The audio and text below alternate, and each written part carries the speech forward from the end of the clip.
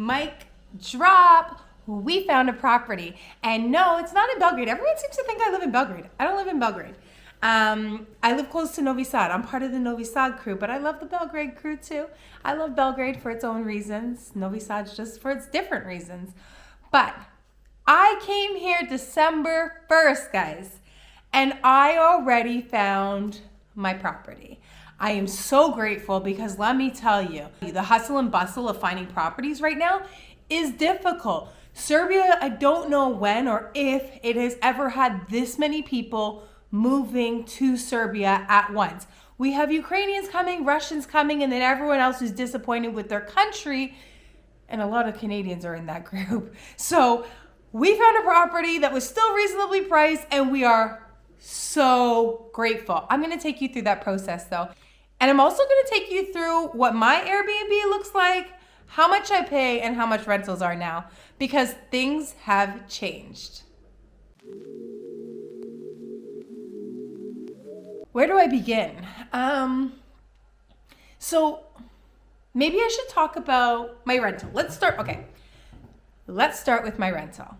So everybody says, here, you pay how much for your rental?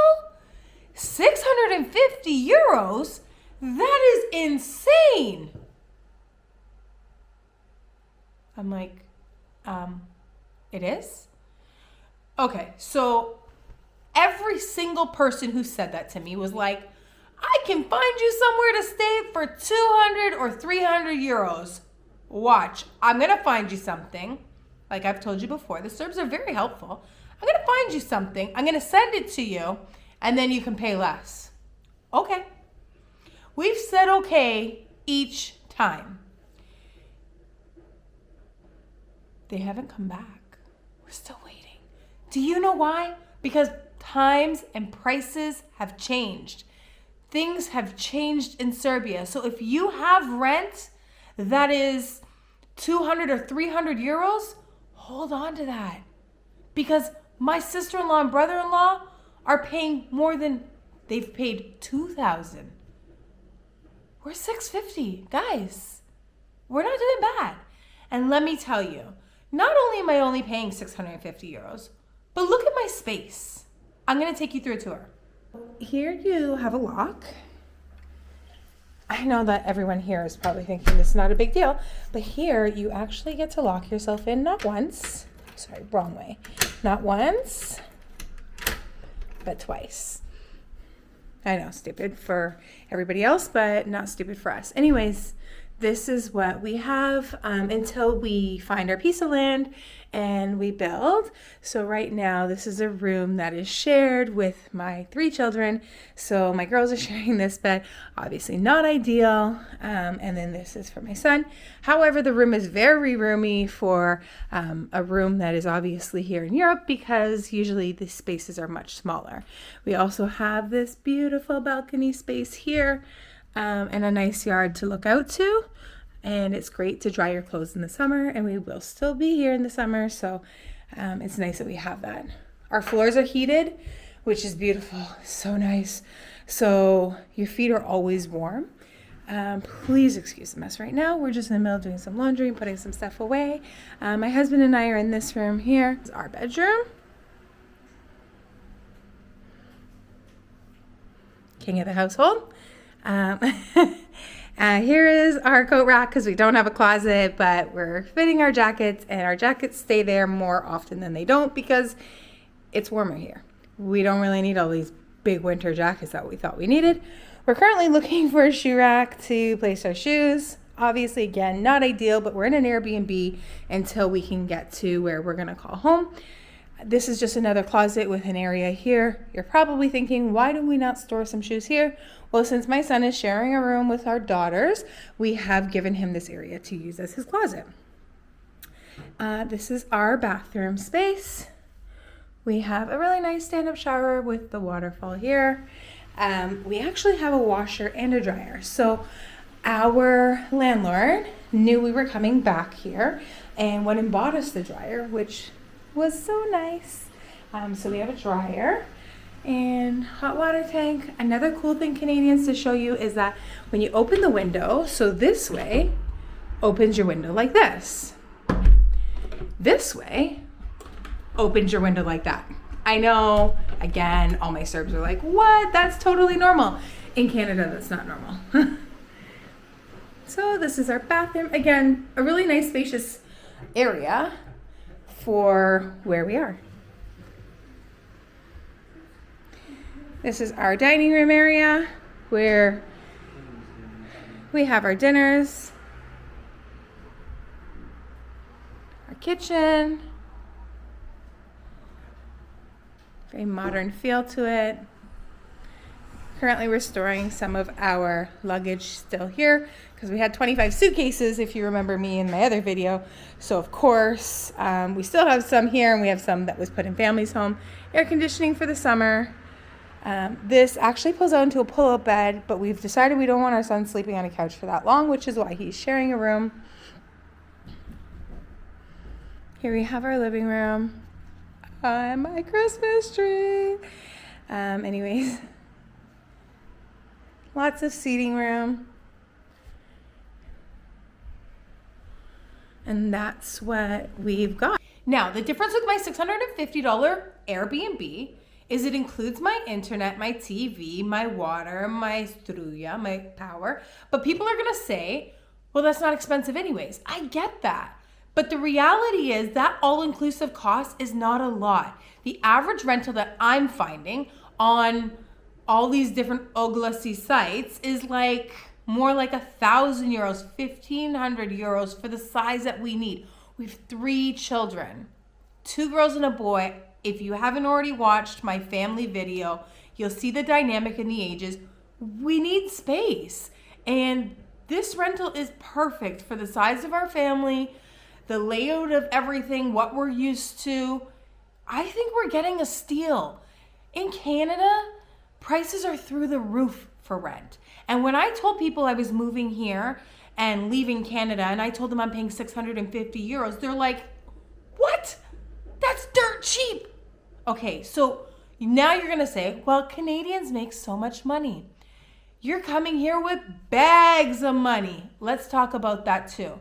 We're not coming here with bags of money. Everybody in Canada lives off of credit. Your house is mortgaged. You're living off of a fictitious amount, and you're paying towards, it's gonna take you 25 to 30 years to pay down your mortgage. Your car is on credit. Your phone now is on credit.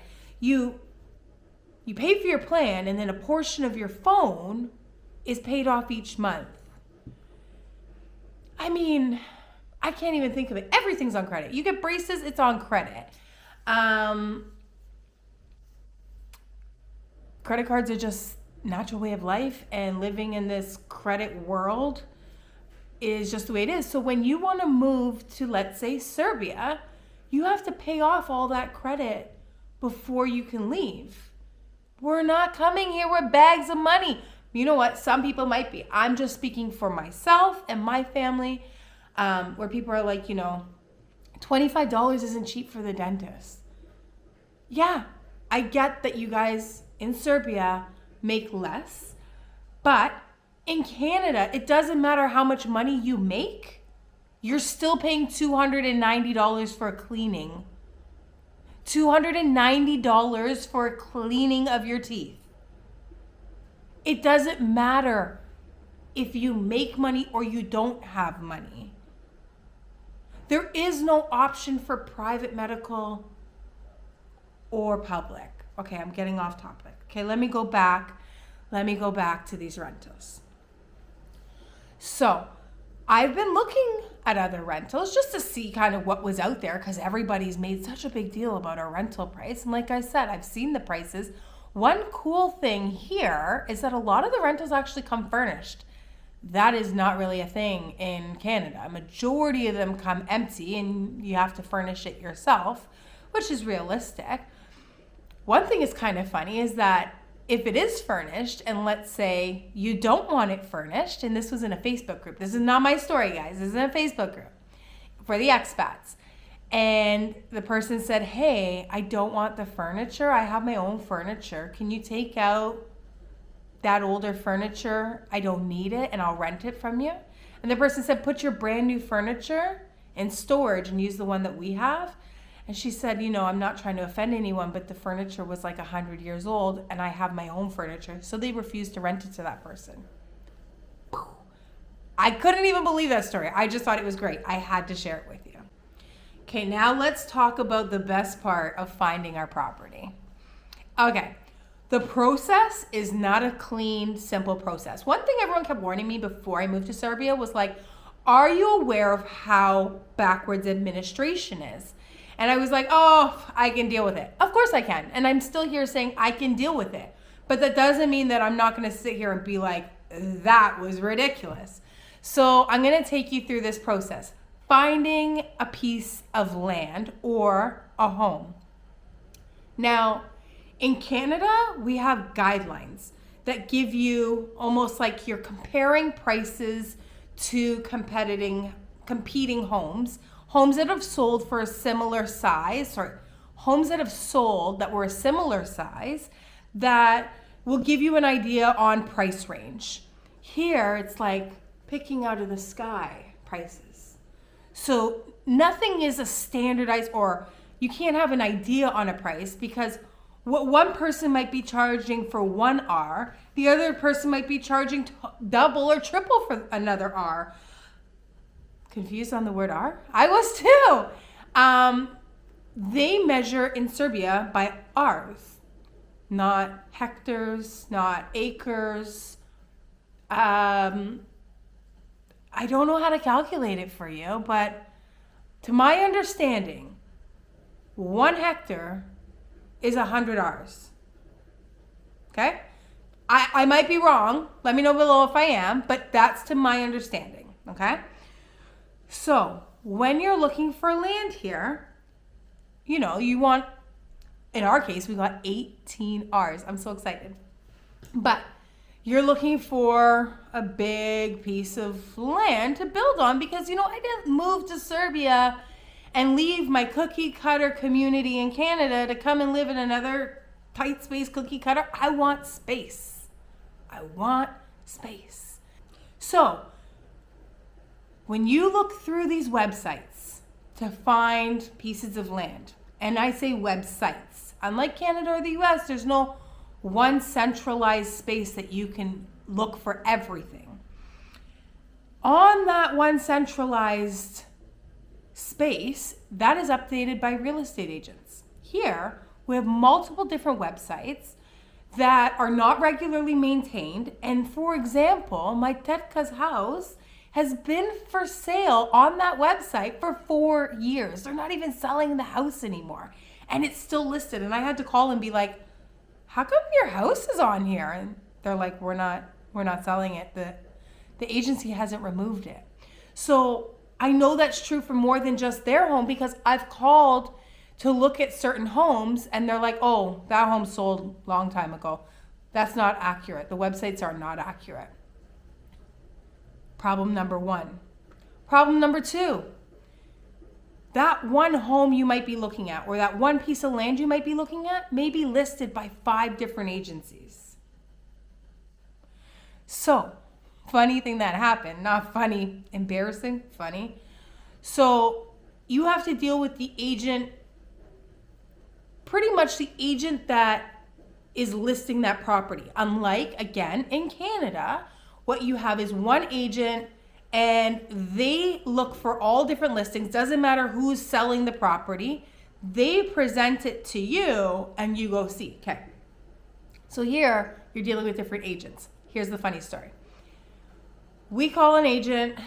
We book an appointment to go see a home. We go see the home. Beautiful. The next day, we're with a different agent and he says, I want to show you guys a home that I've scheduled to go see. It was the same house. We're like, we can't go in there. We were in there yesterday. I felt bad for the agent we're with, for the homeowner, but then we find out that both brokers are listing that home. That's a problem. And unfortunately, when you're in that situation, it leads to confusion for the homeowner, time wasted for the agents. And another really weird thing here is that the real estate agents, they want to be driven around in your car. In Canada, they drive you because they're getting the commission at the end. But I know why they do that here. Again, there's no loyalty or way to have that person commit to one person as the realtor. That's a problem, guys, because then it leads me to dealing with multiple agencies and you might not get the deal. So of course you don't want to spend your gas money. I get that part. But the reality is if you picked one buying agent, one selling agent, and that person, you write up a contract and deal with that one person, they get their commission, the other agent gets the commission at the time of the sale, everyone's happy, and you're not dealing with multiple agencies and wasting people's time. Because I do feel bad when I've dealt with one agent for one home and I'm like, hey, no, they keep, trying to communicate and asking us if we want to see more properties. And it's like, I don't like any of those and please don't waste your time on us. We'll look for them on the website. We'll ask you if it's accurate, if it comes around, and if it's not, we'll take it from there. That made it difficult. I gotta speak in the past because we have our property. Another thing here is that when you do find your property, you have to go to multiple steps of government authority to find out information. So we fall in love with this property. Let me take you back. The majority of your best finds, the majority of the properties that you want are not listed on the website. They're not with a real estate agent. There's a sign in the ground with a phone number and you call. Lots of driving and looking for signs, find pieces of land. I got something even better than that. When you find a piece of land in Serbia, if you really like it, you knock on the neighbor's door. Is this property for sale? Do you know? And when there's no sign, knock on the neighbor's door. Man, by the time you're done, you're gonna know who's grandma, who's grandpa, mom, dad, the children, where they live, which part of the world they live in. You're gonna know everything about them. Another issue with real estate here is we wanted to see a house and the agent took us to go see the house. So we're thinking we're going in the home. That's what we've done in the other homes, the other agents. The key is in Austria. So in order for me to go in that home, the owner's gonna fly in from Austria to open the door to show us the home. Do you know how much pressure that puts on me to force me to basically buy that property? I would feel so guilty if the person flew in from Austria and I'm like, forget it, don't like it. Another case, the person's like, if you want to see, the agent said, if you want to see the property, the person's going to come over from Belgrade to open the door. What? In Canada, in the US, we use something called a lockbox. A lockbox goes on the door and it's got a password. Now, there's way more crime in Canada and the US than what I'm aware of here and what I've searched in stats. But I understand the Serbs have trust issues, and I get it.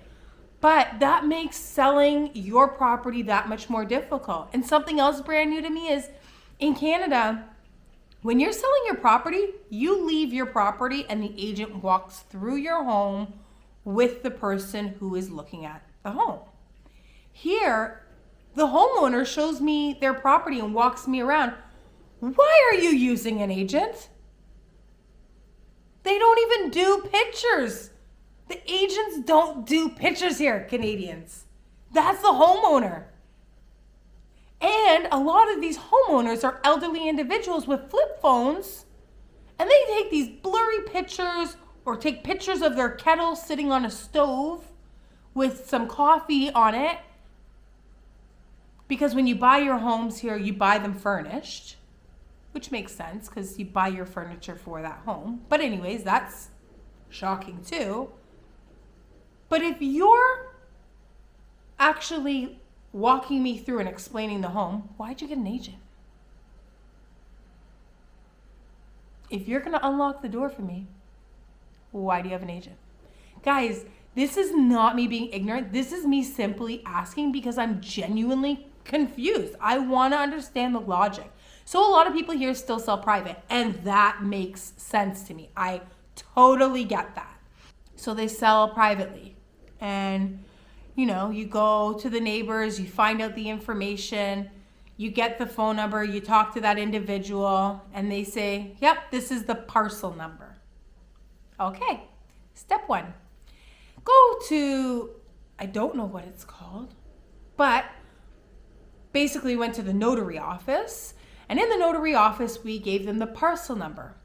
With that parcel number, they gave us information about the property and whether or not there was a lien on the property, which there wasn't. From that, you now need to go to a different government building and go and get, it's called urbanism, and go and get details of what you're allowed to build on that piece of land. Now we're going to explain. My husband and I, as soon as we picked up the information, we're going to explain that to you. Okay, so it's more wet where you are right there than it is here. It's dripping there. So we just left from getting the paperwork, and I had no idea what we can or can't do because everything obviously was discussed in Serbian, and my husband's not the greatest at translating. Even just like little tidbits of information, like crumbs. Like crumbs. You know when you just want to hear like Canada. You know when you just ooh. You know when you just want to hear like crumbs, like I gave you the crumbs. It's good news or bad news or you know what we expected. Anyways, let's Everybody's gotta wait their turn. Let's so you see. gotta wait your turn. So when we get in the car, because he doesn't want to get the paper wet, we're gonna review this together. Is it good news or is it bad news? It's similar news to what we expected. Can we do 2 floors? Yes, but the garage. Oh God. Yes. Okay. Well, it's they don't call it first floor. They call it ground level and podkrovlje, which means like if you have a roof and whatever's under the roof. Okay. So if you have a roof like this, yep, it's that space. You lose that. But if you have a flat roof, if you have a flat roof, you get a level. He's an architect. Okay, go on. What else? So the garage falls under the living space, which I find that's the weird part. That really sucks because we can't live in the garage. The way she explained is you're allowed to have 20 square meters of garage space. Okay. That you don't need to get a permit for. Okay. Anything above 20 square meters, you need to apply for another special permit, like a helping. What they call it is a helping object to the main living space. Okay. So that's something you have to apply for. That's not just something like. If it's above 20 square meters. Okay, so guys, overall this was great news. So we fell in love with this piece of land and we really needed, so it's weekend land. And for my Canadians, you're like, what is weekend land? It's similar to when we have like cottage area up in Canada, and it's like, you know, certain areas are designated for certain things. So in weekend land, obviously we pick somewhere that's going to be more peaceful, a little bit out of the city, and it gives us the opportunity to have the view of mountains, etc., but it also comes with a bit more restrictions. So yeah, the way it works is you can build 10% of your land. So let's say your piece of land is 800 square meters, you can build up to 80 square meters. If your land is above 1,500 square meters, which ours is, the most you can build is 150 square meters for your foundation. So your foundation can't exceed more than 150 square meters. But we designed a home, 150 on one floor, 150 underneath that roof, which gave basement. Yeah. So meaning we're allowed 3 levels of 150, which is fantastic. Which works out to 450. 450, woo! We don't need 450, guys. And 450, the way you get it in square footage is you take 450 times 10.89, which works out to like 4,700 square feet. Yeah, we don't need 4,700 square feet. Very common here. They're like, hey, you can just build like the garage underneath the house. So that's not a thing for us. Like that, they have like these hard angled slopes. I'm gonna see if I can find like pictures or get a little video of like what some of these slopes are that go under the home here that are more common, but it cannot be forgiving on a vehicle. And it's like the slant is so high, you can barely walk up it. Similar to, unfortunately, the handicap ramps here in Serbia are like, I don't even think a wheelchair can go up it. Take it away. I'm perplexed why it's ever even installed. I think it's just to be like, hey, it's there. We did it. If you can get up there, then good for you. If you can't, it's there. But anyways, this was overall great news. So I'm super excited. And this means we get to take the next step. And next step is getting either to put together some floor plans or hire an architect to put together what we're going to build. And I guess time to dish out the money and pay the people for this land. So now that we have all that information about the piece of land that we purchased, it's time for us to find an architect. Why is that more difficult than I thought it would be? I actually thought this was the easy part of the process. I thought finding an architect was as simple as Googling it and being like, hey, good reviews? I pick you. That is not the case. So right now we're looking for an architect. Serbs, if you have any recommendations of an architect who's not 20 euros per square meter, I would much appreciate it. So I'm looking for someone who's reasonable in cost in the Novi Sad area, because I understand pricing is different between Novi Sad and Belgrade. I get that. But if you have any recommendations, let me know. Let a future Serbian sister know, because I went to an architect and got conflicting information. I do have a meeting, shall I say, tomorrow with 2 different other architects. I have a very specific look that I'm going for, and I need somebody who is a little bit able to think outside the box. But again, somebody quoted us 50 euros per meter square. I'm from Canada. I cannot afford that. Guys, we are not rich. I wish I was. We're not rich. We're here humbly like everybody else. When I compare prices, it's just my shock compared to what we're used to in Canada. It's not because I'm here, again, being money bags. I gotta tell you guys something funny that happened. So this agent, I won't say who, it's popular here, takes us up to Chortano. I think that's how you say it. And he's like, this is a really good piece of land here. People come here, have sex, and have baby. And I'm walking, I'm like, what? Yeah, people have sex here, have baby. Granted, he's speaking English because I'm there. But I didn't expect him to say that. It took me right back because I was like, what? What he's trying to say is, the air there is so pure. It's been known to help with people who are having fertility issues, but it just didn't come off right. But A for effort. I'm sure I sound ridiculous when I try to speak Serbian, so I actually appreciated it. I didn't laugh in front of him. Inside, I know I double looked him, but inside I was like, what did he just say? And when I got in the car with my husband, I'm like, did you hear? He's like, yes. Oh my God, I was waiting till we got in the car so we could talk about it. It was kind of funny, so I had to share that with you. As always, I absolutely love the support I've received. It has been more than I could have ever imagined. But I do have something to say. I do have a fair bit of people that go out of their way to come on my page, on my YouTube channel, watch the video and then make really rude or negative comments below. I'm gonna ask that if you don't like my videos, if something bothers you, and I don't mean like constructive criticism, that's fine, you're teaching me stuff, that's fine. But when you go out of your way to be rude to me, I actually don't understand it, because I came here because of how great this country is and how welcoming everybody is.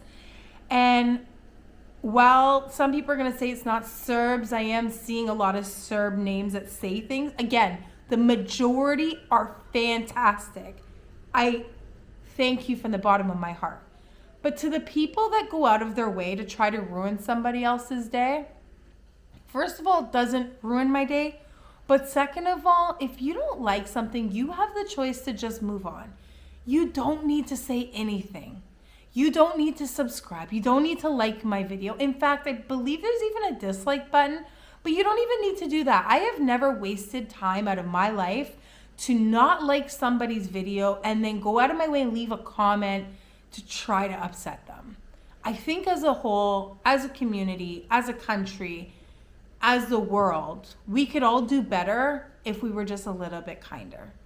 But to everybody else, my 99% of you, you guys deserve all the love, because you guys have been fantastic.